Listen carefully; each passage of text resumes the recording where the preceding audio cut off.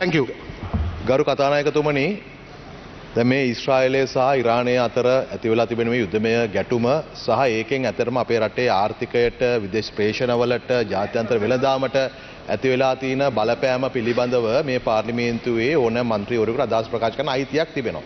මම හිතනවා ඒක හැම පැත්තෙම වැදගත්. ඒක විපක්ෂ නායකවරයාටත් තියෙනවා, අනිත් മന്ത്രിවරුන්ටත් තිබෙනවා. ඒ වගේම මෙවැනි ආකාරයේ හදිසි ජාතික වැදගත්කමක් සහිත ප්‍රශ්න මේ පාර්ලිමේන්තුවේ ඉදිරිපත් කිරීම සඳහා තමයි 27-2 කියන අවස්ථාව තිබෙන්නේ. විපක්ෂ මන්ත්‍රීවරුන්ට මේ අවස්ථා අද දෙකක් තිබුණා. එතකොට යුද්ධය පටන් ගත්තේ ඊයේ රෑ නොවේ, අද උදේත් නෙවෙයි. විපක්ෂ නායකතුමාට තීන්දුවක් ගත හැකිව තිබුණා මේ මොහොතේදී කාලීනව වැදගත්ම ප්‍රශ්නය 27-2 ඉදිරිපත් කරන්න ඕනේ මොකක්ද කියන එක.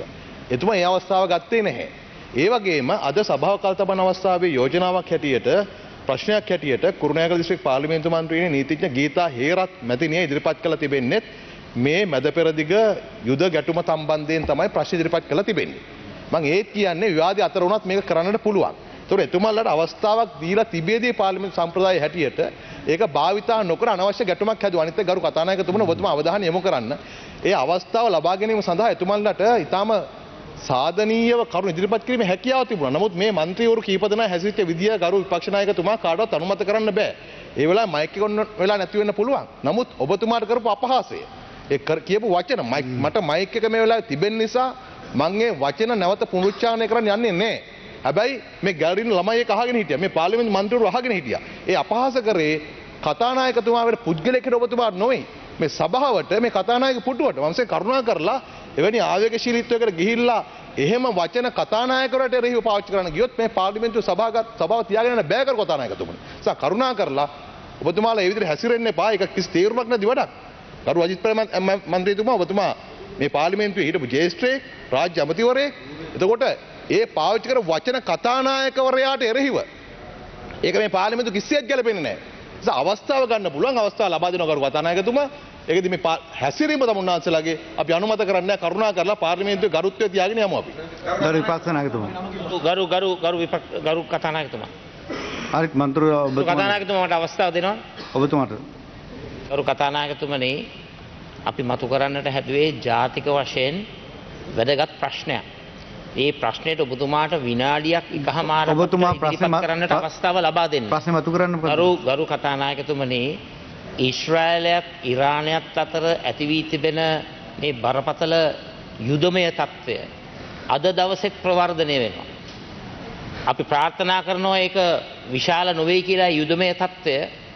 නමුත් ඒක ඇත්ත වශයෙන්ම න්‍යෂ්ටික අවියුද්ධයක් කරා යෑමේ බරපතල අවදානම තිබෙන මොහොතක අපි මතක් කරන්නට කැමති ඊශ්‍රායලයේ අපේ රටේ ශ්‍රී ලාංකික පුරවැසියන් 10000ත් 20000ත් අතර ප්‍රමාණයක් අපිට නිශ්චිතව ගාන කියන්නට අමාරුයි. ඒ රටේ සේවය කරනවා. ඒ රටේ ජීවත් වෙනවා. තවත් විශාල ප්‍රමාණයක් ඇති.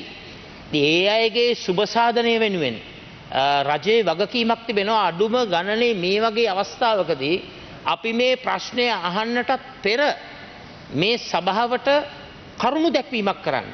අපේ රටේ අපේම රටේ පුරවැසියන් ඊශ්‍රායලයේ සේවය කරන ඒ අය වෙනුවෙන් මෙන්න මේ පියවරන් අරගෙන ඒ අයගේ ආරක්ෂාව, ජීවිත ආරක්ෂාව වෙනුවෙන් අපි යම්කිසි මේ ආකාරයේ පියවර අරන් තිබෙනවා කියන එක රටට පැහැදිලි කරන්නට ඕන.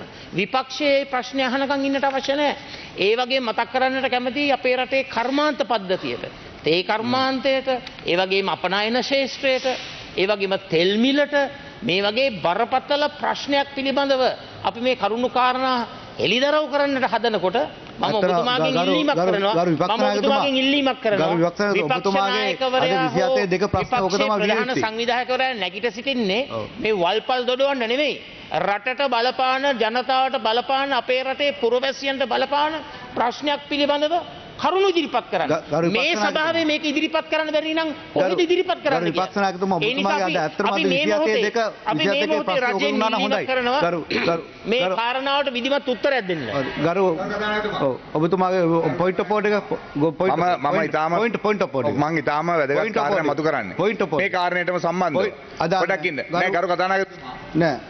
ගරු කතානායකතුමා. අමාත්‍යංශ නිවේදන බලශක්ති අමාත්‍ය ගරු කුමාර ජයකොඩි. හෙටට නිර්දාල්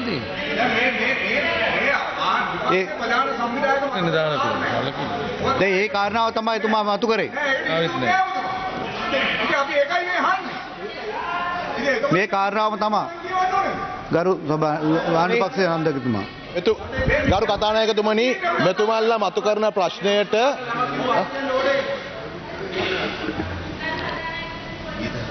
ගරු මන්ත්‍රීතුමනි. ගරු කතානායකතුමනි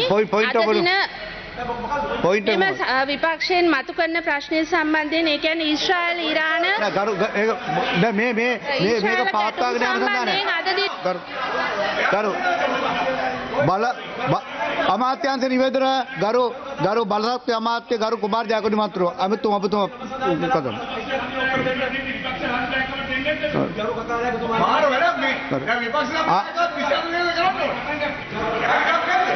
ඔබතුමා ගරු ගායකවරතුමනි අරු කතානායකතුමනි අපි ජාතික වශයෙන් වැදගත් ප්‍රශ්නයක් විතරයි මෙතන නගන්නේ. අපි වල්පල් දොඩවන මිනිස්සු නෙමෙයි.